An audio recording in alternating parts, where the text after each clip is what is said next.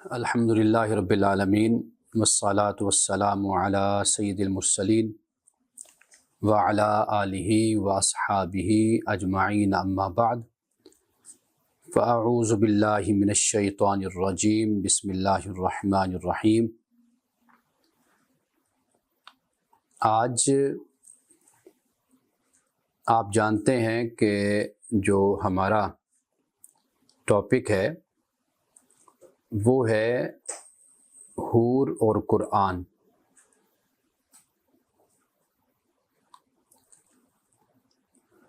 قرآن مجید میں حور کا لفظ کئی مقامات پہ آیا ہے، اور میرا ذاتی اس حوالے سے ہمیشہ یہ نقطہ نظر ہے جو میں پیش کرتا رہتا ہوں کہ قرآن مجید نے جتنی بات بیان کی ہے، ایک تو ہمیں اتنی بات سمجھنی چاہیے، اور زیادہ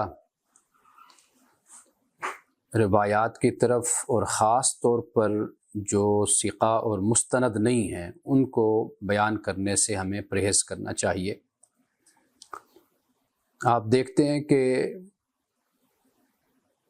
اسی بنیاد پر اسلام کا، قرآن کا مذاق بھی بنایا جاتا ہے، اور حوروں کے حوالے سے جو باتیں ہمارے ہاں گردش کرتی رہتی ہیں، یہ اصل میں جو ہمارے خطباء ہیں، مقررین ہیں، واعظین ہیں، یہ ان کے بیان کردہ باتیں ہیں جو انہوں نے صرف لوگوں کی توجہ حاصل کرنے کے لیے، چونکہ عوام کی ان باتوں میں بڑی دلچسپی ہوتی ہے، تو عوام کی انجوائمنٹ کے لیے اور ان کی لطف اندوزی کے لیے یہ باتیں بڑی زیادہ خاص طور پر اسی طبقے نے عام کی ہیں۔ اور یہ بات میں ہمیشہ کہا کرتا ہوں کہ قرآن مجید کے لیے پیورٹی اور میچورٹی، یعنی پاکیزگی بھی اور پختگی، ان دونوں چیزوں کی ضرورت ہوتی ہے۔ یہ صفت، یہ وصف انسان میں ہونا چاہیے کہ وہ ایک تو سچے دل کے ساتھ اللہ کے کلام کو، کتاب اللہ کو پڑھے، اور یہاں سے جو ملے اس کو خاموشی کے ساتھ اور سبمیشن کے ساتھ اس کو قبول کر لے۔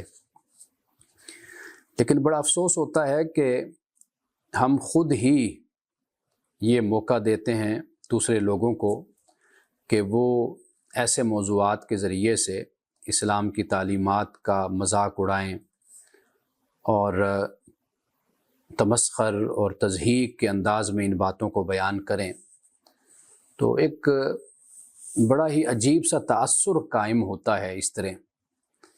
تو لہٰذا اس حوالے سے پرہیز کرنا چاہیے، اور جتنی بات قرآن مجید بیان کرتا ہے یا پھر رسول اللہ صلی اللہ علیہ وسلم نے کہیں پر یہ بیان فرمایا، تو اتنی بات ہمارے لیے کافی ہے، اور اس سے زیادہ نہیں کوئی بات کہنی چاہیے، اور نہ اپنی طرف سے بیان کرنی چاہیے، اور نہ ہی قصے، کہانیاں اور داستانیں بیان کی جانی چاہیے۔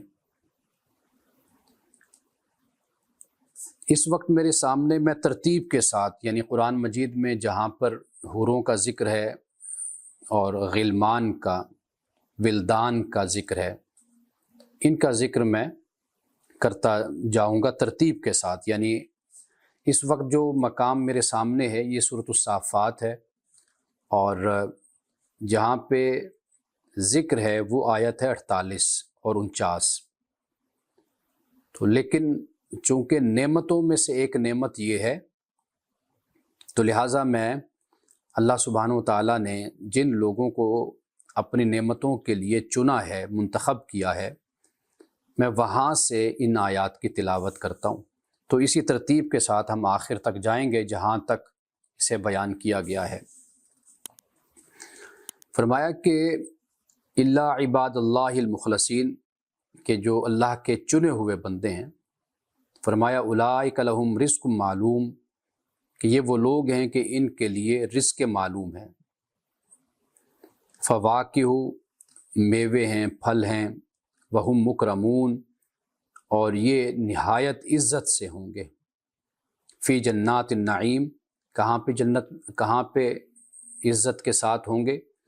فرمایا کہ وہ نعمتوں بھرے باغوں میں، علی سرر متقابلین، تختوں پر یہ بیٹھے ہوں گے آمنے سامنے،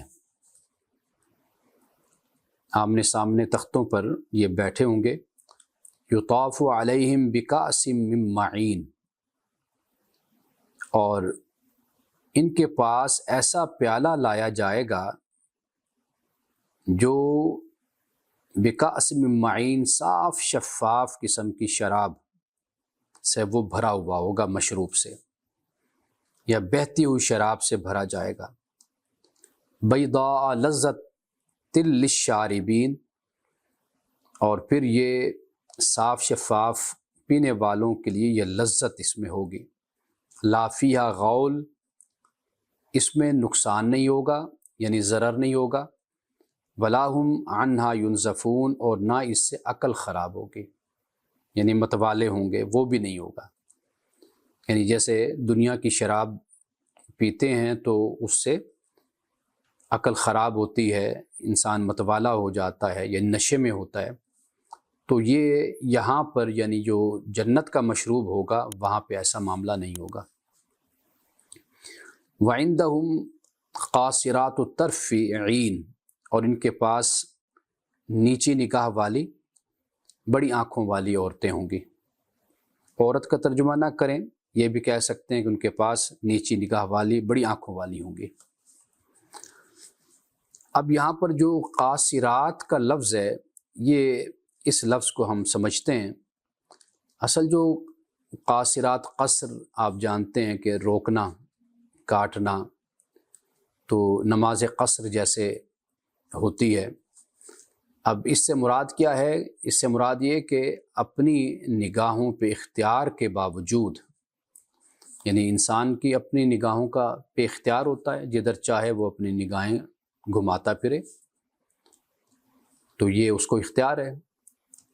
لیکن یہ کیا کرتی ہیں کہ اختیار کے باوجود دوسروں کی طرف اٹھنے سے اپنی نظروں کو روک لیتی ہیں، یعنی پاکیزہ نظر ہیں، ان کی نگاہیں پاکیزہ ہیں، فطرتی حسن بھی ہے، عفت و پاکیزگی اور شرم و حیا کی پیکر ہیں، یعنی قاصرات الطرف ہیں، آنکھوں کو روکنے والی ہیں۔ تو واضح بات ہے کہ مرد ہو یا عورت، اختیار کے باوجود جب وہ اپنی آنکھوں کو روکتا ہے، آوارہ نہیں بناتا اپنی آنکھوں کو، تو یہ علامت ہوتی ہے شرم و حیا کی، عفت و پاکیزگی کی علامت ہے۔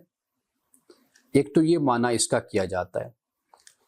دوسرا اس کا معنی یہ کیا جاتا ہے کہ یہ یعنی دوسروں کی نظریں ان پر ٹھہر جاتی ہیں، یعنی اتنی یہ خوبصورت ہیں، یعنی دیکھنے والے دیکھتے رہ جاتے ہیں، اور ان کی نگاہیں ان پر ٹک جاتی ہیں اور پھر دوسروں کی طرف نہیں جاتی۔ یہ بھی قاصرات کا ایک مطلب ہے۔ تو ایک تو خود اپنی نظروں کے، یعنی دنیا میں بھی ان کا یہی رویہ تھا۔ اللہ سبحانہ و تعالیٰ نے یعنی پاکیزہ عورتیں اگر ہم اس سے مراد لیتے ہیں تو اس سے پھر یہی ہے کہ دنیا میں بھی ایسی تھی، اور قرآن پاک نے اسے بیان کیا ہے کہ مرد ہو یا عورت، من ذکر او انثیٰ، یہ جنتی ہیں۔ تو دنیا میں جو ان کا طریقہ تھا، آنکھیں جھکا کر رکھتی تھیں اور اختیار کے باوجود بھی روک کر رکھتی تھی، پاکیزہ نظریں تھیں، تو آخرت میں بھی، جنت میں بھی ان کا یہی معاملہ ہوگا۔ اب اس کے بعد فرمایا کأنہن بید مکنون، کہ گویا کہ یہ انڈے ہیں چھپے ہوئے۔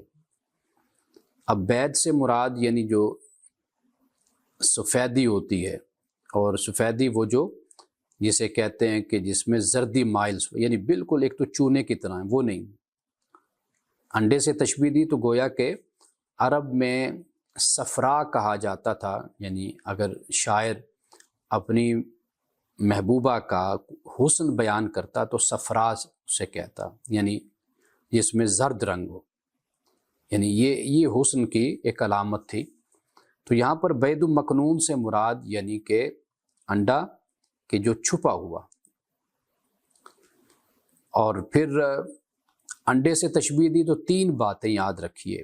ایک تو صحت و سلامتی، اس لیے کہ انسان کا جو چہرہ ہوتا ہے وہ در حقیقت صحت کی علامت ہوتا ہے، یعنی انسان جتنا صحت مند ہوگا اس کے چہرے سے وہ عیاں ہوگا، بیان ہوگا، یعنی انسانی جسم میں خون کی گردش ہے، انسان کا جگر صحیح کام کر رہا ہو، دل صحیح کام کر رہا ہو، انسان کے گردے صحیح ہوں، تو انسان کا جب اندرونی طور پر جسم ٹھیک ہوتا ہے تو پھر اس کا اظہار انسان کے چہرے سے یعنی پھر رنگت سے ظاہر ہوتا ہے۔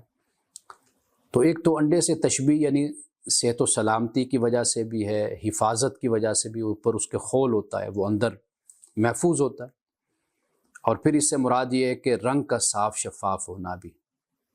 یہ تین باتیں یہاں پر مراد لی جا سکتی ہیں، اور اس بیت سے مراد بعض لوگوں نے موتی بھی مراد لیا ہے۔ اب اس کے بعد یہ میرے سامنے اس وقت دوسرا مقام ہے سورۃ الدخان کا، اور اس کی آیت نمبر 51 سے ہم اس کو پڑھتے ہیں۔ قرآن مجید میں اللہ سبحانہ و تعالیٰ نے جہنمیوں کا بھی ذکر کیا ہے اور جنتیوں کا بھی ذکر کیا، اور دونوں کی یعنی جنتیوں کی نعمت کا بیان بھی بڑے کھلے دل سے ہوا ہے اور خوبصورت طریقے سے بیان کیا گیا ہے، ان کی شان، ان کی عظمت، ان کو ویلکم کہنا، ان پر سلامتی، اور دوسری طرف جہنم ہے تو وہ بھی، تو گویا کہ ہمیں اس بات کا اختیار ہے کہ ہم اپنا شمار کن لوگوں میں کرنا چاہتے ہیں۔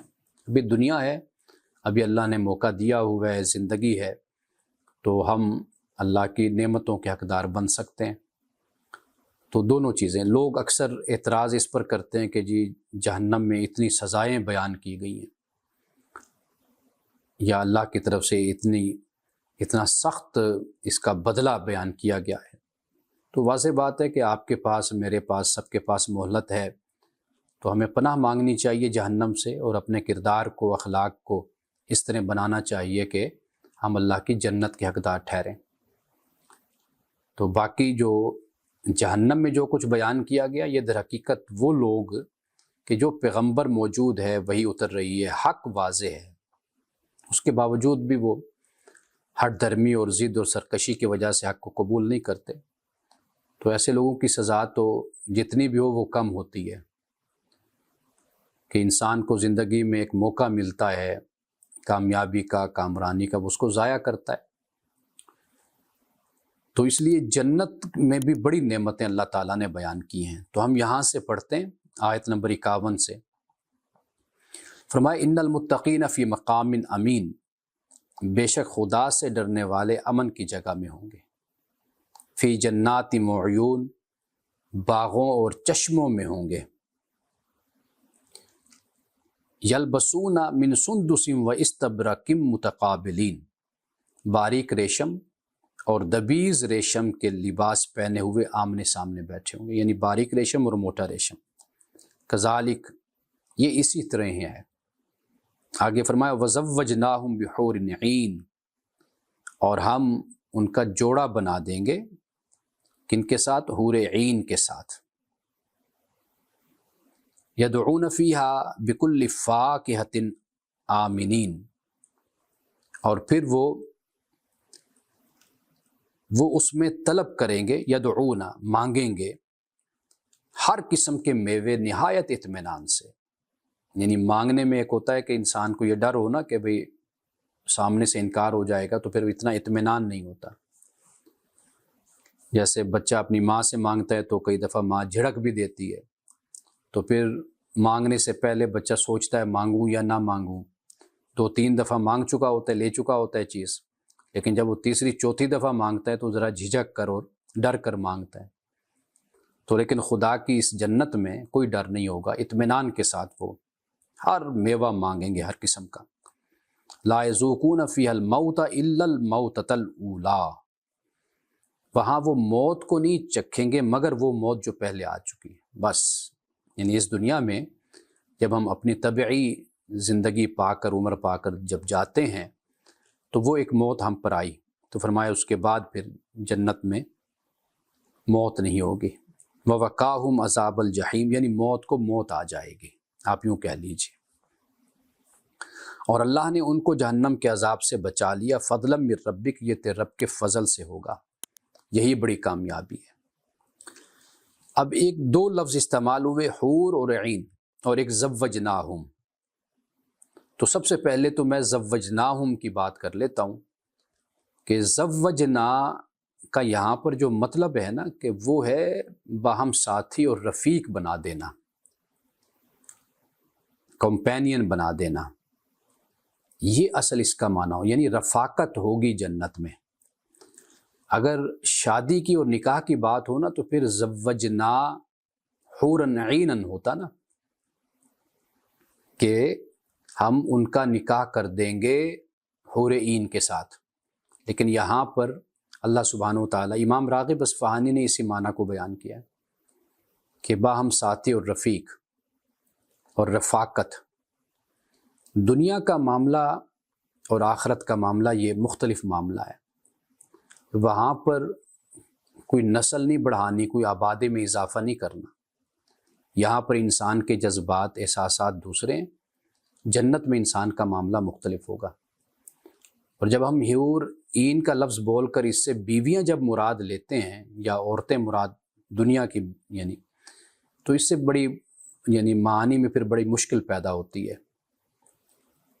تو یہاں پر لوگوں نے یہ بھی مراد لیا ہے کہ دنیا کی جو عورتیں ہیں بیویاں ہیں، لیکن آپ اس مقام کو دیکھیے اور اس طرح دوسرے مقامات ہیں کہ جہاں پر کوئی نکاح کا، شادی کا ذکر نہیں ہے، رفیق بنانے کا ذکر ہے اور ساتھی بنانے کا ذکر ہے۔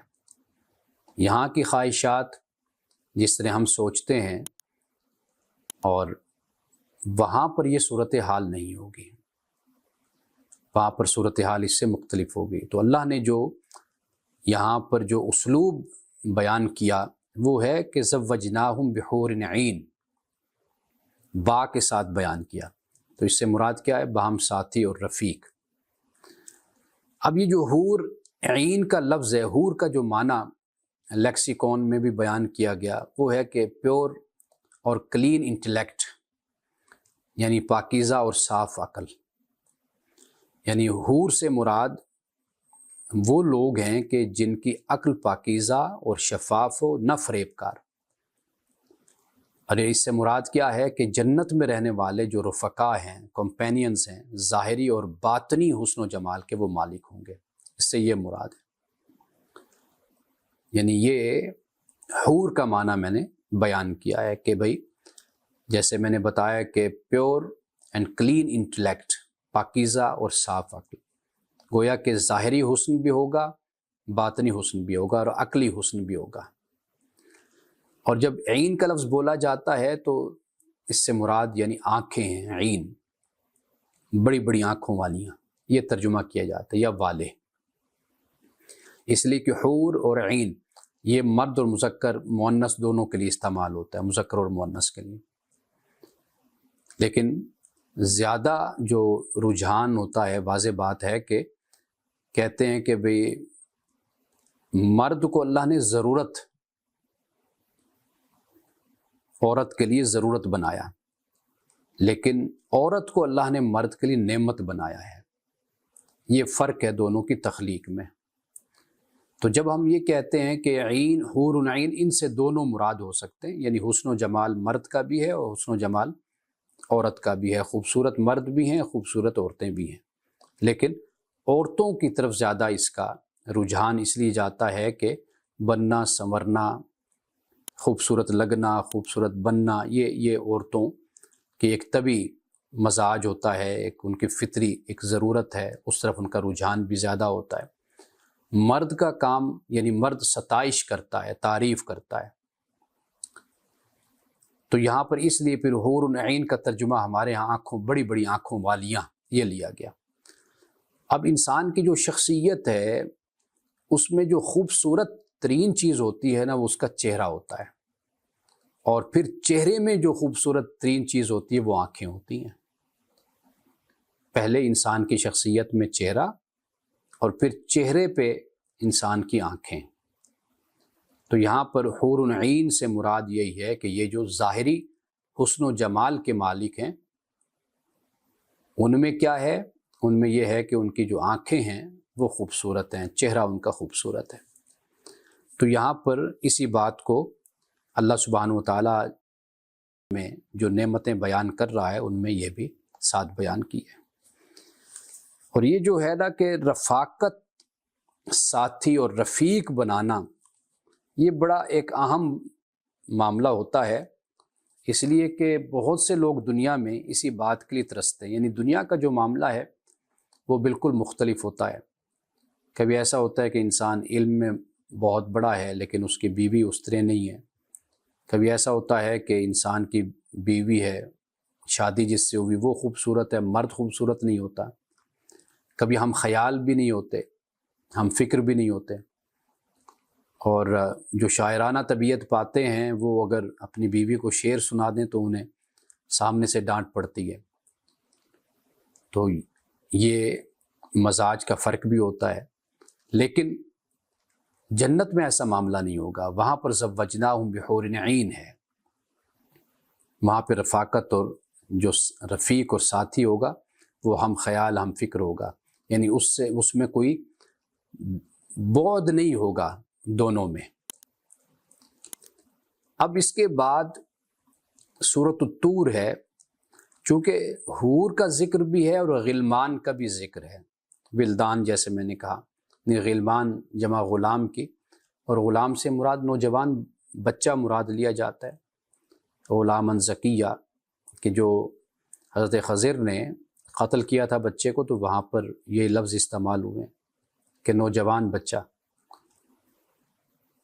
اب یہ دیکھیے آیت نمبر 17 ہے، فرمایا ان المتقین فی جنات و نعیم، بے شک جو متقی لوگ ہیں وہ تو باغات میں ہوں گے اور نعمتوں والے باغات میں ہوں گے۔ فاکہین بما آتاہم ربہم، کہ وہ خوش دل ہوں گے ان چیزوں سے جو ان کے رب نے انہیں دی ہوں گی۔ ووقاہم ربہم عذاب الجحیم، اور ان کے رب نے ان کو دوزخ کے عذاب سے بچا لیا۔ کلوا واشربوا ہنیئا بما کنتم تعملون، کھاؤ پیو مزے کے ساتھ اپنے اعمال کے بدلے میں۔ یعنی اعمال اچھے تھے، ایمان اور صالح عمل والے تھے، تو اللہ نے کہا کہ بھئی کھاؤ پیو۔ وجہ کیا ہے؟ وجہ یہ کہ تمہارے اعمال اچھے تھے۔ متقین علی سرر مصفوفہ، تکیہ لگائے ہوئے صف بصف تختوں کے اوپر۔ اب فرمایا وزوجناہم بحور عین، اور ہم بڑی بڑی آنکھوں والی حوریں وہ ہم ان کے ساتھی بنا دیں گے، حوروں کو ہم ان کا ساتھی بنائیں گے۔ اب اس کے بعد فرمایا کہ والذین آمنوا، اور جو لوگ ایمان لائے، واتبعتہم ذریتہم بایمان، اور جو لوگ ایمان لائے اور ان کی اولاد بھی ان کی راہ پر ایمان کے ساتھ چلی، الحقنا بہم ذریتہم، ان کے ساتھ ہم ان کی اولاد کو بھی جمع کریں گے۔ اولاد ان کے راستے پر چلی تو اولاد ان کے ساتھ جمع ہوگی۔ یہ وہ بات ہے جو میں نے کل آپ سے کہی تھی کہ حضرت نوح، حضرت لوط علیہم السلام، یہ دونوں اللہ کے بڑے برگزیدہ پیغمبر ہیں، اولو العزم پیغمبر ہیں، لیکن قرآن کہتا ہے کہ اللہ کے مقابلے میں وہ بھی ان کی کوئی مدد نہیں کر سکے۔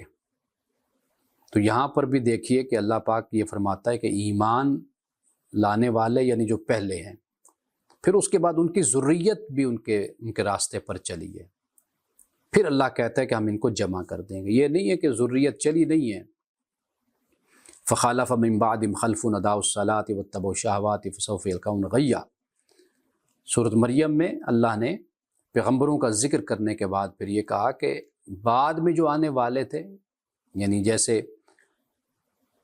پیغمبر پر ایمان لانے والے ہیں، صحابہ ہیں، پھر اس کے بعد جو نسلیں آئیں بعد میں، انہوں نے کیا کیا؟ وہ نمازیں ضائع کرنے لگ گئیں، شہوات کی پیروی کرنے لگ گئیں، تو پھر وہ تباہی کے گڑھے میں جا گریں وہ۔ تو یہ دو باتیں قرآن نے بیان کر دی۔ قرآن نے یہ نہیں کہا کہ بھئی چونکہ وہ ان کے پیچھے آئے تو وہ ان کی اولادیں تھیں یا ان کے پیروکاروں کی اولادیں تھیں تو لہٰذا کوئی بات نہیں۔ خدا کا معیار نہیں بدلتا، اس کا اصول قانون خدا کا جو ہے اس میں کوئی تبدیلی نہیں ہوتی۔ تو لہٰذا نماز کی پابندی ہونی چاہیے اور اپنی نفسانی خواہشات پر کنٹرول ہونا چاہیے۔ رمضان اس کی سب سے بہتر تربیت کا مہینہ ہے کہ اپنی خواہشات کو کنٹرول کرو، اپنے نفس کو قابو میں رکھو، ضبط نفس یہ سیکھو، تو اپنی شخصیت ظاہری ہو، اخلاق سے تعلق ہو، کچھ بھی ہے، انسان اپنے اوپر کنٹرول کرنا سیکھے۔ یہ بہت بڑی خوبی ہے انسان کی، اللہ کے نیک بندوں کی۔ قرآن پاک میں پیغمبروں کو حلیم کہا گیا، تو حلیم یہی ہوتا ہے جو بردبار ہوتا ہے، باوقار ہوتا ہے، جس کی شخصیت میں ٹھہراؤ ہوتا ہے۔ تو پیغمبروں کی یہ خوبی ہے، یہ وصف ہے جو قرآن بیان کرتا ہے۔ تو لہٰذا یہ بات ذہن میں رکھنی چاہیے۔ میں بار بار ان باتوں کو اس لیے دہراتا ہوں، بیان کرتا ہوں کہ ہمارے ہاں بڑی اس طرح کی غلط فہمیاں اور بدعقیدگی ہمارے ہاں پھیلی ہوئی ہے، گمراہی۔ ہم سمجھتے ہیں کہ کوئی بات نہیں ہے، گزارا ہو جائے گا، ہم رسول اللہ صلی اللہ علیہ وسلم کی امت ہیں تو ہم بخشے ہوئے ہیں۔ پھر حدیثیں بھی لے آتے ہیں، روایات اتنی ساری لے آتے ہیں جس سے اور زیادہ نعوذ باللہ لوگ بے عمل ہوتے ہیں، جبکہ ان کی کوئی اکثر وہ روایات جو ہیں وہ یا تو موضوع ہوتی ہیں یا ضعیف ہوتی ہیں۔ تو اس سے پرہیز کرنا چاہیے۔ جب قرآن ہمارے پاس موجود ہے اور اتنا علل اعلان اور واضح بات قرآن پاک کہتا ہے، اب اس کے مقابلے میں انسانوں کی بیان کردہ روایات، ان کی کیا پھر حیثیت رہ جاتی ہے؟ عقیدہ ہو، عمل ہو، اس کی بنیاد تو قرآن پہ ہم نے رکھنی ہے نا۔ تو قرآن کیا کہتا ہے کہ ان کے ساتھ ہم ان کی اولاد کو بھی جمع کریں گے اور ان کے عمل میں سے کوئی چیز کم نہیں کریں گے۔ وَمَا أَلَتْنَاهُم مِّنْ عَمَلِهِم مِّن شَيْءٍ كُلُّ امْرِئٍ بِمَا كَسَبَ رَهِينٌ، ہر آدمی اپنی کمائی میں رہین ہے، رہن رکھا ہوا ہے۔ مطلب یہ ہے کہ چھٹکارا جو ملنا ہے وہ عمل کی بنیاد پر ملنا ہے، ایسا نہیں ہے کہ عمل کچھ نہیں اور چھٹکارا ہو جائے۔ وَأَمْدَدْنَاهُمْ بِفَاكِهَةٍ وَلَحْمٍ مَّا يَشْتَهُونَ، اور ہم ان کو پسند کے میوے اور گوشت ان کو برابر دیتے رہیں گے۔ يَتَنَازَعُونَ فِيهَا كَأْسًا لَا لَغْوٌ فِيهَا وَلَا تَأْثِيمٌ، اور ان کے درمیان شراب کے پیالوں کے تبادلے ہوتے رہیں گے جو لغو سے پاک ہوں گے اور گناہ سے پاک ہوں گے۔ یہ ایسی یعنی شراب ہوگی، لغو نہیں ہوگی، لغویت اس کے اندر نہیں ہوگی اور نہ ہی کوئی گناہ ہوگا۔ وَيَطُوفُ عَلَيْهِمْ غِلْمَانٌ لَّهُمْ كَأَنَّهُمْ لُؤْلُؤٌ مَّكْنُونٌ، اب وہ بچے ہوں گے ان کی خدمت میں جو دوڑتے پھرتے ہوں گے۔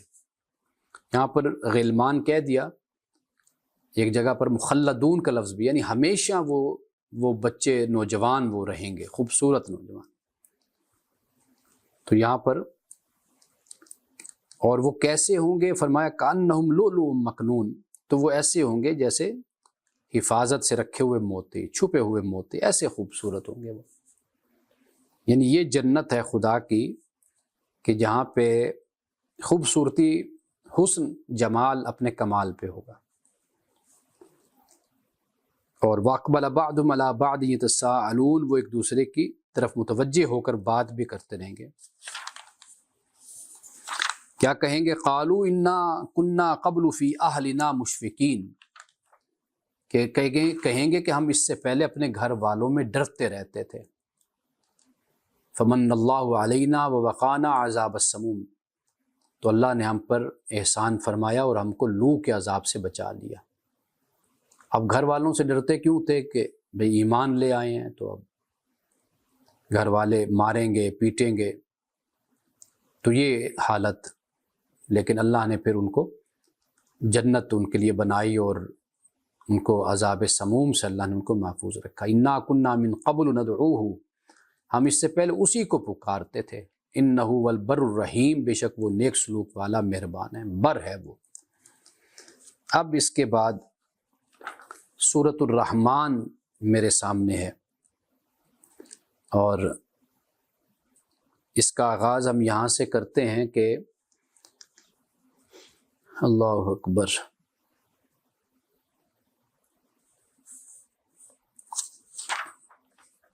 یہ پورا رکوع ہم اس کو پڑھ لیتے جہاں تک اس کا بیان ہے۔ فرمایا وَلِمَنْ خَافَ مَقَامَ رَبِّ جنتان، اور جو شخص اپنے رب کے سامنے کھڑا ہونے سے ڈر گیا یا ڈرے، اس کے لیے دو بار ہیں۔ فَبِأَيِّ آلَاءِ رَبِّكُمَا تُكَذِّبَانِ، تم اپنے رب کی کن کن نعمتوں کو جھٹلاؤ گے؟ ذواتا افنان، دونوں بہت شاخوں والے یعنی باغ، فبأی آلاء ربکما تکذبان فیہما عینان تجریان، اور پھر ان میں دو چشمے بھی جاری، فبأی آلاء ربکما تکذبان فیہما من کل فاکہۃ زوجان، دونوں باغوں میں ہر پھل کی دو قسمیں ہیں، فبأی آلاء ربکما تکذبان متکئین علی فرش بطائنها من استبرق، وہ تکیہ لگائے ایسے بچھونوں پر بیٹھے ہوں گے جن کے استر دبیز ریشم کے ہوں گے، یعنی اندر ان کے بہت موٹا ریشم ہوگا، بچھونے ایسے ہوں گے۔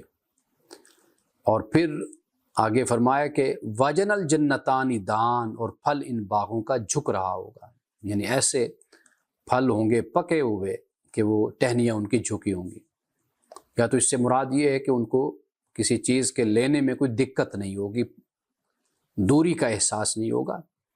فیہن قاصرات الطرف، ان میں نیچی نگاہ والی ہوں گی، لم یطمثہن انس قبلہم ولا جان، جنہیں ان لوگوں سے پہلے نہ کسی انسان نے چھوا نہ کسی جن نے۔ فبأی آلاء ربکما تکذبان کأنہن الیاقوت والمرجان، ایسی ہوں گی جیسے یاقوت اور مرجان۔ فبأی آلاء ربکما تکذبان هل جزاء الاحسان الا الاحسان، نیکی کا بدلہ نیکی کے سوا اور کیا؟ یہ انہوں نے نیکی کی تو اللہ نے ان کے ساتھ نیکی کی۔ فبأی آلاء ربکما تکذبان ومن دونہما جنتان، ان کے سوا دو باغ اور بھی ہیں، یہ دو باغ ہیں جن میں دو چشمے ہیں، جن میں ہر پھل کی دو قسمیں ہیں، یہ سارا کچھ بیان کیا۔ پھر وہ جھکے ہوئے ٹہنیاں بھی ہیں، پھل بھی ہیں۔ اب فرمایا کہ ان کے سوا دو باغ اور بھی ہیں، فبأی آلاء ربکما تکذبان مدہامتان فبأی آلاء ربکما تکذبان، دونوں گہرے سبز سیاہی مائل، یعنی ان کے پکا ہوا پھل اور بہت ہی یعنی کہ تیار شدہ چیز وہاں پر موجود ہے۔ فیہما عینان نضاختان، ان میں دو چشمے ابلتے ہوئے ہوں۔ فبأی آلاء ربکما تکذبان فیہما فاکہۃ ونخل ورمان، ان میں پھل کھجور انار ہوں گے۔ فبأی آلاء ربکما تکذبان فیہن خیرات حسان، ان میں خیرات حسان۔ اب حسان کا اطلاق ویسے تو مرد عورت دونوں پر ہے، میں اس لیے مرد اور عورت کا ذکر کر رہا ہوں کہ یہ نہ خیال کیا جائے کہ بھئی وہاں پر یہ خوبصورتی یہ حسن و جمال صرف عورتوں کے لیے یا مؤنث کے لیے یا فیمنن کے لیے نہیں، یعنی وہاں پر جو جنت میں ہوں گے مرد ہوں گے میسکولین ہوں گے تو وہ بھی اللہ تعالیٰ ان کو بھی لباس میں چہروں میں ان کی شخصیت میں خوبصورتی بھر دے گا۔ فبأی آلاء ربکما تکذبان، میں یہ بتا رہا تھا کہ حسان کا اطلاق مرد اور عورت دونوں پر ہے۔ اب یہ جو خیرات کا مطلب ہے نا، یہ مطلب اچھے اخلاق والی مراد ہے یا والا، اور حسان سے مراد ہے اچھی شکل، یعنی باطن اور ظاہر دونوں وہ اپنے خوبصورتی میں جس طرح انسان کا اخلاق ہونا چاہیے اس میں بھی وہ کمال پہ ہیں، جس طرح انسان کو ظاہری طور پر ہونا چاہیے خوبصورت وہ اس میں بھی کمال پر ہے۔ یہ دونوں طرف اشارہ ہو جاتا ہے۔ فیہن خیرات حسان، خیرات یعنی خیر نیکی جس کو ہم کہتے ہیں، اچھا اخلاق، اور حسان سے مراد اچھی صورت۔ فبأی آلاء ربکما تکذبان حور مقصورات فی الخیام، اور یہاں پر جو فرمایا کہ حور مقصورات یعنی جو بند ہیں کس میں؟ خیام میں، خیموں میں، یعنی یہ کوئی سزا کے طور پر نہیں ہے کہ ان کو خیموں میں بند کر رکھا ہے، بلکہ اس سے مراد کیا ہے؟ اس سے مراد یہ ہے کہ ان کی عظمت ہے، ان کا مقام ہے، مرتبہ، اس کے پیش نظر خیمے لگائے گئے ہیں جن میں وہ بیٹھی ہیں۔ اور جیسے حدیث میں آتا ہے نا کہ الشہید فی خیمۃ اللہ، کہ شہید اللہ کے خیمے میں ہوں گے، یعنی وہاں پر انہیں اللہ کی قربت نصیب ہوگی، اللہ کا سایہ، اللہ کی رحمت کا فضل کا سایہ انہیں نصیب ہوگا۔ تو یہ اس کی طرف اشارہ ہے۔ فبأی آلاء ربکما تکذبان لم یطمثہن انس قبلہم ولا جان فبأی آلاء ربکما تکذبان۔ اب اس کے بعد سورۃ الواقعہ میں بھی اسی بات کو بیان کیا گیا ہے، اور سورۃ الواقعہ میں اللہ سبحانہ و تعالیٰ نے بیان فرمایا کہ فَأَصْحَابُ الْمَيْمَنَةِ مَا أَصْحَابُ الْمَيْمَنَةِ، دائیں والے بس کیا خوب ہیں دائیں والے، یعنی یہ دائیں والوں سے مراد یعنی ایمان والے جنتی۔ وَأَصْحَابُ الْمَشْأَمَةِ مَا أَصْحَابُ الْمَشْأَمَةِ، بائیں والے کیسے برے لوگ ہیں یہ بائیں والے۔ وَالسَّابِقُونَ السَّابِقُونَ، اور یعنی آگے والے تو وہ آگے والے ہی ہیں، یعنی یہ وہ لوگ ہیں کہ جو حق کے سامنے آتے ہی فوراً اس کو قبول کر لیتے ہیں۔ صحابہ میں سے کئی صحابہ ایسے تھے کہ جیسے ان کے سامنے دین پیش کیا گیا انہوں نے قبول کر لیا، حضرت علی رضی اللہ تعالیٰ عنہ، حضرت ابو بکر صدیق ہیں، اور دیگر کئی صحابہ ہیں، یعنی اپنے آپ کو وہ حق کے سپرد کر دیتے ہیں، حوالہ کر دیتے ہیں۔ حضرت عائشہ کہتے ہیں کہ رسول اللہ صلی اللہ علیہ وسلم نے فرمایا کہ کیا تم جانتے ہو کہ قیامت کے دن کون لوگ اللہ کے سائے میں سب سے پہلے جگہ پائیں گے؟ لوگوں نے کہا کہ اللہ اور اس کا رسول زیادہ بہتر جانتے۔ آپ نے فرمایا کہ وہ لوگ کہ جب ان کے سامنے حق آیا تو انہوں نے اس کو قبول کر لیا، اور جب ان سے حق مانگا گیا تو انہوں نے اس کو دے دیا، اور دوسروں کے معاملہ میں انہوں نے وہی فیصلہ کیا جو فیصلہ ان کا خود اپنے بارے میں تھا۔ ایسے باکمال کردار کے لوگ تھے، حق آیا تو حق کو قبول کر لیا، حق مانگا گیا تو حق دے دیا، اور پھر وہی انہوں نے فیصلہ کیا جو فیصلہ ان کا خود اپنے بارے میں تھا۔ اب یہ بڑا فرق ہوتا ہے ایک دریافت کا اور وراثت کا، یعنی پہلے جو ہوتے ہیں دعوت کے دور اول میں، پہلے دور کے جو لوگ ہوتے ہیں، جو افراد آگے بڑھ کر اسلام قبول کرتے ہیں، ان کے لیے اسلام ایک دریافت ہوتا ہے، وہ ڈسکور کرتے ہیں اسلام کو۔ اس کے بعد ان کی جو نسلیں ہوتی ہیں وہ اسلام کو وراثت کے طور پر بس لیتی ہیں، جیسے بدقسمتی سے ہمارا رویہ ہے۔ اب جو پہلے گروہ کا مرتبہ ہے وہ دوسرے گروہ سے کہیں بلند ہے، اور دوسرا گروہ تعداد میں بڑا زیادہ ہوتا ہے اور پہلا گروہ کم ہوتا ہے تعداد میں، لیکن فرق کیا ہے؟ فرق یہ ہے کہ آخرت میں دوسرے گروہ کے لیے اگر عام انعامات ہیں تو پہلے گروہ کے لیے شاہانہ انعامات ہیں۔ یہ ہیں والسابقون السابقون، آگے والے تو پھر آگے والے ہی ہیں۔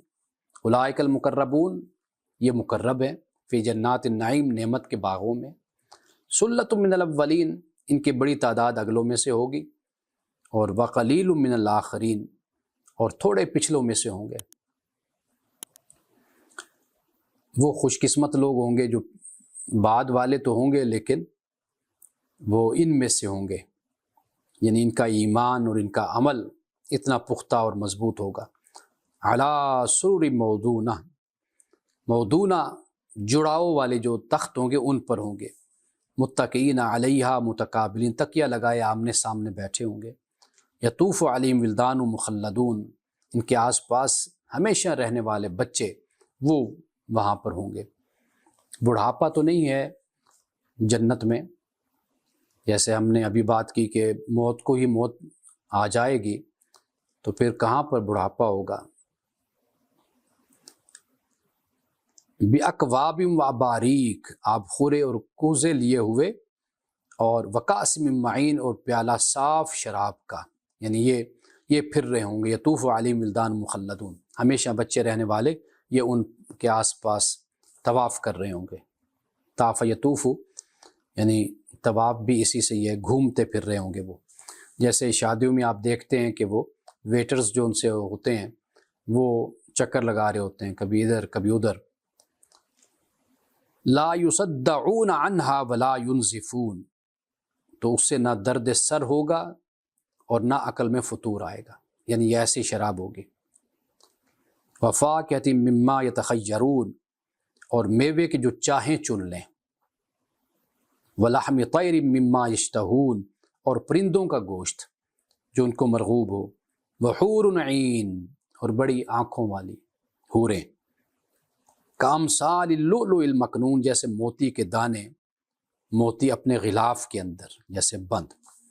جزاء بما کانوا یعملون، فرمایا کہ یہ جزا ہے اس کی جو وہ کرتے تھے، اعمال کی جزا۔ عمل پر بہت زیادہ زور ہے، عمل ہی سے انسان اللہ کے ہاں اجر پاتا ہے۔ خوبصورت انسان اپنے کردار میں، اخلاق میں ہو، اپنی شخصیت میں ہو، یہ خدا کے ہاں اس کی بہت قدر ہے۔ ہم نے تو رول دیا نا کہ کردار اور اخلاق کی تو بات ہی ہم لوگ نہیں کرتے۔ لا یسمعون فیہا لغوا ولا تاثیما، اس میں وہ کوئی لغو اور گناہ کی بات نہیں سنیں گے، الا قیلا سلاما سلام، مگر صرف سلام کا بول ہوگا۔ وَأَصْحَابُ الْيَمِينِ مَا أَصْحَابُ الْيَمِينِ، داہنے والے کیا خوب ہیں داہنے والے، فی صدر مخدود، بیری کے درختوں میں جن میں کانٹا نہیں، وطلح ممدود، اور کیلے تہ بتہ، وظل ممدود، اور پھیلے ہوئے سائے، وماء مسکوب، بہتا ہوا پانی، وفاکہۃ کثیرہ، اور کثرت سے میوے، لا مقطوعۃ ولا ممنوعہ، جو نہ ختم ہوں گے اور نہ کوئی روک ٹوک ہوگی، وفروش مرفوعہ، اونچے بچھونے، انا انشأناہن انشاء فجعلناہن ابکارا، کہ پھر ہم نے ان عورتوں کو خاص طور پر ہم نے بنایا اور پھر ان کو کنواری رکھا، عرباً اترابا، دل ربا اور ہم عمر۔ اب یہ جو عرب کا لفظ ہے، رسول اللہ صلی اللہ علیہ وسلم نے فرمایا کہ جو محبت کرنے والیاں، عشق کرنے والی، اور اترابا سے مراد ہم عمر، لاصحاب الیمین، داہنے والوں کے لیے، یعنی یہ ایمان والوں کے لیے، سلۃ من الاولین و سلۃ من الاخرین، اگلوں میں سے ایک بڑا گروہ ہوگا اور پچھلوں میں سے بھی ایک بڑا گروہ ہوگا۔ اب پھر اس کے بعد یعنی یہ اللہ تعالیٰ نے یہاں پر اس کو بیان کیا ہے، اور ان کی جو خوبی بیان کی ہے وہ عرباً اترابا، محبت کرنے والے اور ہم عمر۔ اب آخری مقام ہے جو سورۃ الدہر، یعنی سورۃ الانسان جس کو ہم کہتے ہیں، اس کا آخری مقام۔ اب یہاں پر ولدان مخلدون فرمایا، یعنی وہاں پر غلمان کا لفظ ہے، یہاں پر ولدان کا لفظ ہے، تو یہاں پر ہم جو نیک لوگ ہیں ان کے ذکر سے ہم پڑھتے ہیں۔ فرمایا ان الابرار یشربون من کاس کان مزاجها کافورا، نیک لوگ ایسے پیالے سے پئیں گے جس میں کافور کی آمیزش ہوگی، عینا یشرب بہا عباد اللہ یفجرون تفجیرا، اس چشمے سے اللہ کے بندے پئیں گے، وہ اس کی شاخیں نکالیں گے، یوفون بالنذر ویخافون یوما کان شر مستطیرا، وہ لوگ واجبات کو پورا کرتے ہیں اور ایسے دن سے ڈرتے ہیں جس کی سختی عام ہو، یعنی جو نظر مانتے ہیں، جو عہد کرتے ہیں اس کو پورا کرتے ہیں۔ وَيُطْعِمُونَ الطَّعَامَ عَلَىٰ حُبِّهِ مِسْكِينًا وَيَتِيمًا وَأَسِيرًا، اور اس کی محبت پر کھانا کھلاتے ہیں محتاج کو، یتیم کو اور قیدی کو۔ یہاں پر حب ہی سے مراد یہ بھی ہو سکتا ہے کہ یہ جو طعام ہے، مال ہے، اس کی محبت ہر انسان کے دل میں، اس کے باوجود بھی وہ خرچ کرتے ہیں، ان سے محبت کے باوجود بھی۔ انما نطعمکم لوجہ اللہ لا نرید منکم جزاء ولا شکورا، ہم جو تم کو کھلاتے ہیں تو اللہ کی خوشی چاہنے کے لیے، اللہ کی رضا کے لیے کھلاتے ہیں، ہم نہ تم سے بدلہ چاہتے ہیں اور نہ شکر گزاری۔ انا نخاف من ربنا یوما عبوسا قمطریرا، ہم اپنے رب کی طرف سے ایک سخت اور تلخ دن کے بارے میں ہم خوف رکھتے ہیں۔ فوقاہم اللہ شر ذلک اليوم ولقاہم نضرۃ وسرورا، بس اللہ نے ان کو اس دن کی سختی سے بچا لیا، ان کو تازگی اور خوشی عطا فرمائی۔ وجزاہم بما صبروا جنۃ وحریرا، اور ان کے صبر کے بدلے میں ان کو جنت اور ریشمی لباس عطا کیا۔ متکئین فیہا علی الارائک، ٹیک لگائے ہوئے ہوں گے وہ اس میں تختوں پر، اور لا یرون فیہا شمسا ولا زمہریرا، اس میں نہ وہ گرمی سے دوچار ہوں گے اور نہ سردی سے۔ ودانیۃ علیہم ظلالھا وذللت قطوفھا تذلیلا، جنت کے سائے ان پر جھکے ہوئے ہوں گے اور اس کے پھل ان کے بس میں ہوں گے۔ وَيُطَافُ عَلَيْهِمْ بِآنِيَةٍ مِّن فِضَّةٍ وَأَكْوَابٍ كَانَتْ قَوَارِيرَ مِّن فِضَّةٍ قَدَّرُوهَا تَقْدِيرًا، اور ان کے آگے چاندی کے برتن اور شیشے کے پیالے گردش میں ہوں گے، شیشے چاندی کے ہوں گے جن کو بھرنے والوں نے مناسب انداز سے بھرا ہوگا۔ یسقون فیہا کاسن کان مزاجھا زنجبیلا، اور وہاں ان کو ایک اور جام پلایا جائے گا جس میں سونٹ کی آمیزش ہوگی، یعنی سوکھی ہوئی ادرک کی۔ عینن فیہا تسمی سلسبیلا، یہ اس میں ایک چشمہ ہے جس کو سلسبیل کہا جاتا ہے، یعنی جنت میں۔ وَيَطُوفُ عَلَيْهِمْ وِلْدَانٌ مُخَلَّدُونَ، اور ان کے پاس پھر رہے ہوں گے ایسے بچے جو ہمیشہ بچے ہی رہیں گے۔ اِذَا رَأَيْتَهُمْ حَسِبْتَهُمْ لُؤْلُؤًا مَنْثُورًا، تم انہیں دیکھو تو تم سمجھو کہ موتی ہیں جو بکھیر دیے گئے ہیں، یعنی اس طرح وہ بچے جنت میں پھر رہے ہوں گے۔ وَإِذَا رَأَيْتَ ثَمَّ رَأَيْتَ نَعِيمًا وَمُلْكًا كَبِيرًا، اور تم جہاں دیکھو گے وہیں عظیم نعمت اور عظیم بادشاہی تمہیں نظر آئے گی۔ عَالِيَهُمْ ثِيَابُ سُنْدُسٍ خُضْرٌ وَإِسْتَبْرَقٍ، ان کے اوپر باریک ریشم کے سبز کپڑے ہوں گے اور دبیز ریشم کے کپڑے بھی۔ وَحُلُّوا أَسَاوِرَ مِنْ فِضَّةٍ، اور ان کو چاندی کے کنگن پہنائے جائیں گے۔ وَسَقَاهُمْ رَبُّهُمْ شَرَابًا طَهُورًا، اور ان کا رب ان کو پاکیزہ مشروب پلائے گا۔ إِنَّ هَٰذَا كَانَ لَكُمْ جَزَاءً وَكَانَ سَعْيُكُمْ مَشْكُورًا، بے شک یہ تمہارا صلہ ہے اور تمہاری کوشش مشکور ہوگی، مقبول ہوئی۔ یعنی جو تم نے دنیا میں ایمان تم لائے اور پھر تم نے اپنی زندگی اللہ کے احکام کے مطابق گزاری، یہ جو تمہاری کوشش ہے یہ اللہ کے ہاں مقبول ہوگی۔ یہ قرآن مجید میں حور کا ذکر ہے اور غلمان کا ذکر ہے، تو جتنا قرآن بیان کر دیتا ہے بس اتنی بات ہمارے لیے کافی ہے، بجائے اس کے کہ ہم اس طرح معانی نکالیں اور اس طرح بیان کریں جس طرح ہمارے ہاں بیان کیا جاتا ہے، تو یہ مناسب انداز نہیں ہے اسلام کے حوالے سے، اور ان معاملات میں احتیاط ہی کی جانی چاہیے، اور کوئی ایسا معنی نہیں نکالنا چاہیے اور نہ کوئی ایسا تاثر دینا چاہیے کہ جس سے ایک مذاق اور مزاح کی صورت بنے۔ اب آپ دیکھیے جو قرآن مجید نے بیان کیا میں نے وہ آپ کو سنا دیا، آپ کو بتا دیا۔ خوبصورتی کو قرآن پاک نے بیان کیا ہے دونوں طرف سے، مرد ہے یا عورت جو وہاں پر ہوں گے۔ اب حور عین کا بھی بیان کر دیا گیا، لیکن اس کے ساتھ رفاقت اور دوستی اور جوڑا بنانا، اس کو قرآن پاک نے بیان کیا ہے۔ یعنی دنیا میں جو معاملہ مومنین کے ساتھ ہوا، خاص طور پہ صحابہ کی زندگی کو ہم سامنے رکھیں کہ کوئی ایک شخص مسلمان مومن ہے تو بھائی نہیں ہے، بیوی نہیں ہے، بچے نہیں ہیں، ماں باپ نہیں ہیں، اختلافات کی صورت ہے، تو ہم خیال ہونا وہ جو قرآن مجید میں ہے الخبیثات الخبیثین والخبیثون للخبیثات، تو مفسرین نے لکھا کہ یہ جو چیز ہے یہ اصل میں یہ آخرت کا معاملہ ہے۔ دنیا میں تو اس سے برعکس بھی ہو جاتا ہے، والطیبات للطیبین والطیبون للطیبات، کہ وہاں پر اچھے لوگ اچھے لوگوں کے لیے ہوں گے، برے لوگ برے لوگوں کے لیے، یعنی ان کا انجام ایک جیسا ہوگا۔ تو اس انداز سے ان چیزوں کو سمجھنے کی کوشش کرنی چاہیے۔ جو بات نہیں سمجھ آتی وہ پھر وہ جنت کا معاملہ اور آخرت کا معاملہ ہے، بہت کچھ ہے جو ہمیں نہیں سمجھ آتا، تو وہاں جائیں گے پھر پردے اٹھ جائیں گے، سب باتیں سمجھ آنا شروع ہو جائیں گی۔ فی الحال جو ہمیں قرآن جتنی بات کہتا ہے وہیں تک ہمیں رہنا چاہیے۔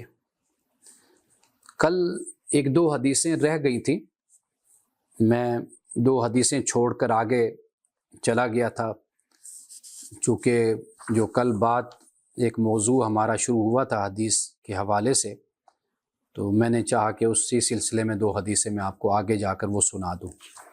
اب جو ہماری گفتگو کا سلسلہ چل رہا ہے جو امام بخاری نے شروع کیا ہے وہ یہ ہے کہ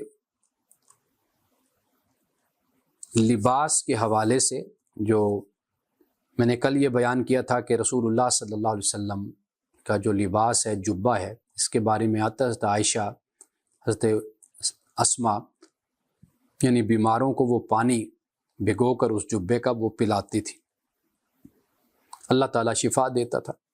یہ میں نے بتایا تھا کہ یہ تبرکات، یہ چیزیں رسول اللہ کے ساتھ خاص ہیں۔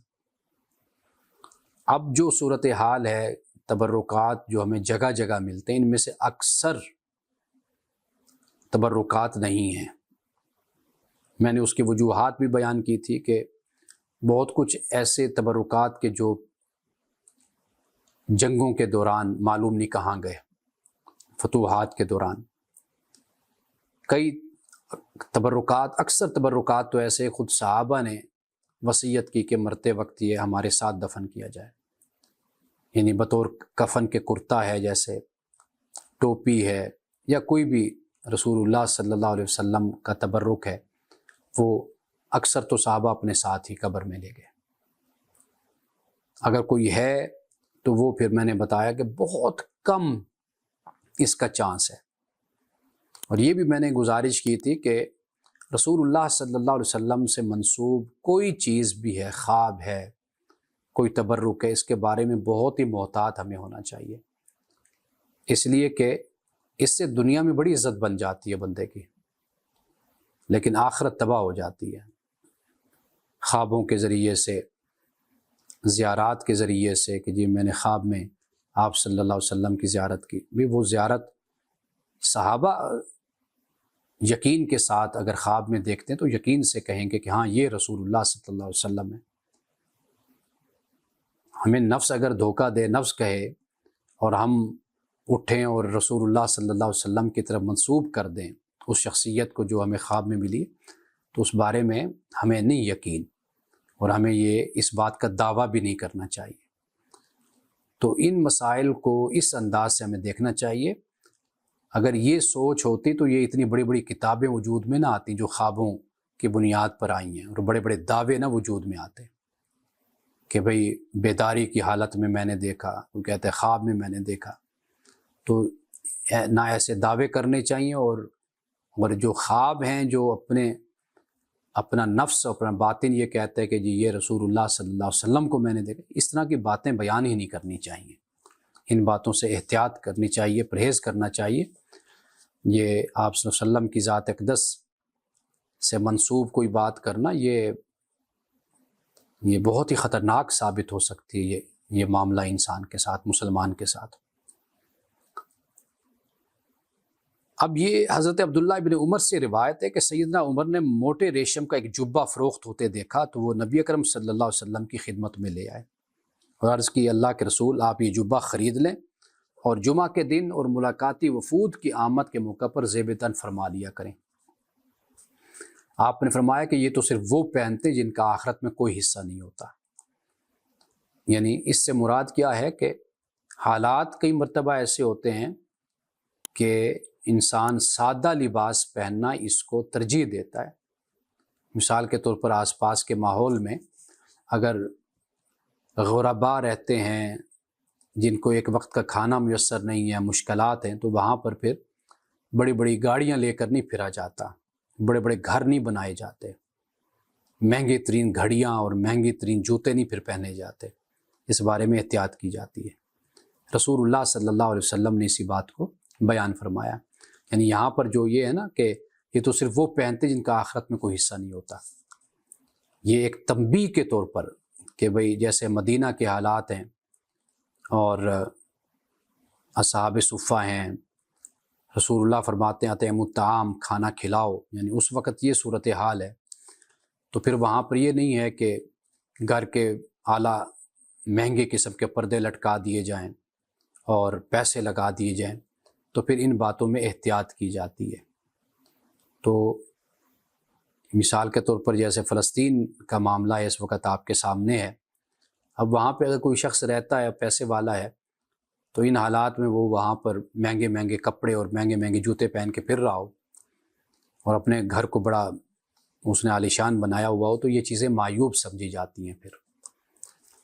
تو رسول اللہ صلی اللہ علیہ وسلم نے اسی بات کی طرف متوجہ کیا۔ پھر رسول اللہ کے پاس کچھ جبے آئے، تو آپ نے ایک جبہ سیدنا عمر کو، ایک اسامہ بن زید کو اور ایک سیدنا علی کو بھیجا۔ سیدنا عمر نے عرض کیا، یا رسول اللہ آپ نے یہ مجھے بھیج دیا، حالانکہ آپ نے ایسے جبے کے بارے میں جو فرمایا ہے میں وہ آپ سے سن چکا ہوں۔ نبی اکرم صلی اللہ علیہ وسلم نے فرمایا اسے بیچ دو یا اس کے ذریعے اپنی کوئی ضرورت پوری کر لو۔ یہ پھر آپ نے فرمایا تو پھر آپ نے وہ جو جبہ ہے اپنے ایک مشرک بھائی کو آپ نے بھجوا دیا، حضرت عمر نے، جو مکہ میں رہتے تھے. تو یہ بطور تحفہ مشرک بھائی کو حضرت عمر نے بھیجا. سیدنا ابو ہریرہ سے روایت ہے کہ نبی اکرم صلی اللہ علیہ وسلم سے بیان کرتے ہیں کہ آپ نے فرمایا، ایک شخص اپنے کسی بھائی سے ملنے کے لیے دوسری بستی میں گیا، اللہ تعالیٰ نے اس کے راستے میں ایک فرشتہ مقرر کر دیا. اس نے پوچھا تم کہاں جا رہے ہو؟ اس آدمی نے کہا اس بستی میں میرا ایک بھائی رہتا ہے، اس کی ملاقات کا ارادہ ہے. فرشتے نے پوچھا کیا اس کے کسی احسان کی وجہ سے اسے ملنے جا رہے ہو؟ اس نے کہا نہیں، میں اس سے صرف اللہ کے لیے محبت کرتا ہوں، اس وجہ سے ملاقات کے لیے جا رہا ہوں. فرشتے نے کہا میں تیرے پاس اللہ کی طرف سے قاصد بن کر آیا ہوں کہ اللہ تعالیٰ تیرے ساتھ اسی طرح محبت کرتا ہے جس طرح تو نے اس شخص سے محبت کی. یعنی اس میں بھائی کی عیادت کرنا، ملاقات کے لیے جانا، تو یہ اللہ تعالیٰ کو اتنا پسند ہے کہ اس نے یہ سفر کیا اللہ کی محبت میں. تو فرشتے نے کیا کہا کہ اللہ تیرے ساتھ اسی طرح محبت کرتا ہے جس طرح تو نے اس شخص سے محبت کی ہے. اب دو حدیثیں میں نے جو کل بیان کی تھی اسے اب آگے میں بیان کرتا ہوں. باب فضل کبیر، بزرگوں کی فضیلت کا بیان. سیدنا ابو ہریرہ سے روایت ہے کہ نبی اکرم صلی اللہ علیہ وسلم نے فرمایا، یہ حدیث بڑی مشہور ہے، من لم یرحم صغیرنا ویعرف حق کبیرنا فلیس منا. فرمایا کہ جو ہمارے چھوٹوں پر رحم نہیں کرتا یا ہمارے بڑوں کا حق نہیں پہچانتا وہ ہم میں سے نہیں ہے. ہم میں سے نہیں ہے یعنی اس سے مراد یہ ہے کہ ہمارے طریقے پر نہیں ہے. اذا اتاکم کریم قوم فاکرموہ، میں جب تمہارے پاس قبیلے کا معزز شخص آئے تو اس کی تکریم کیا کرو، یعنی حسد مت کیا کرو. اللہ نے اس کو اگر کسی خاندان کا قبیلے کا بڑا بنایا ہے تو پھر اس کا احترام کیا کرو. ہمارے ہاں تو پھر ہاتھ دھو کے پیچھے پڑ جاتے ہیں. حضرت عبداللہ بن عمر سے روایت ہے، نبی اکرم صلی اللہ علیہ وسلم سے بیان کرتے ہیں کہ آپ نے فرمایا، من لم یرحم صغیرنا ویعرف حق کبیرنا فلیس منا. فرمایا جو ہمارے چھوٹوں پر رحم نہیں کرتا اور ہمارے بڑوں کا حق نہیں پہچانتا، اس کی عزت و توقیر نہیں کرتا، فرمایا وہ ہم میں سے نہیں ہے. اور حضرت عبداللہ بن عمر سے روایت ہے کہ رسول اللہ نے فرمایا وہ ہم میں سے نہیں جو ہمارے بڑوں کا حق نہ پہچانے اور ہمارے چھوٹوں پر شفقت نہ کرے. اور پھر یہی حدیث حضرت ابو امامہ سے بھی پھر یہ روایت ہے. اب یہ ایک حدیث بیان کر کے آج یہیں تک ہم اپنا درس رکھتے ہیں. باب اجلال الکبیر، بڑوں کی عزت و تکریم کرنا. حضرت ابو موسیٰ اشعری سے روایت ہے، انہوں نے فرمایا اللہ تعالیٰ کے اکرام میں سے یہ بھی ہے، اللہ کے اکرام میں سے عمر رسیدہ مسلمان کی عزت و توقیر کی جائے. اکرام ذی شیبۃ المسلم، سفید بالوں والے کا احترام کرنا، یہ اللہ تعالیٰ کے جلال کا احترام ہے. وحامل القرآن، اور حامل قرآن کا بھی اکرام کیا جائے، یعنی جو قرآن کی بات کرتا ہے، قرآن کا ماہر ہے، قرآن کا درس دیتا ہے، علم رکھتا ہے، تو اس کی بھی عزت کی جائے. غیر الغالی فیہ، جو غلو کرنے والا اور اس سے دوری اختیار کرنے والا نہ ہو، یعنی قرآن مجید سے. جیسے میں نے پہلے کہا کہ قرآن کی جو بات ہے اتنی بات لوگوں تک پہنچائے. وَإِكْرَامَ ذِي السُّلْطَانِ الْمُقْسِطِ، اور انصاف پسند حاکم کا اکرام بھی اس میں شامل ہے، یعنی جو حکمران انصاف پسند ہے، عادل ہے، تو اس کا بھی احترام کرنا مسلمانوں پر لازم ہے. تو انشاءاللہ کل ہم جو حدیث پڑھیں گے وہ یہ ہے کہ باب یبدأ الکبیر بالکلام والسؤال، بات کرتے اور سوال کرتے وقت پہلے بڑا بات کرے. یہ یہاں اس کے بارے میں ہم بات کریں گے انشاءاللہ. بارک اللہ لنا ولکم فی القرآن العظیم ونفعنا وإیاکم بالآیات والذکر الحکیم. صدق اللہ العظیم.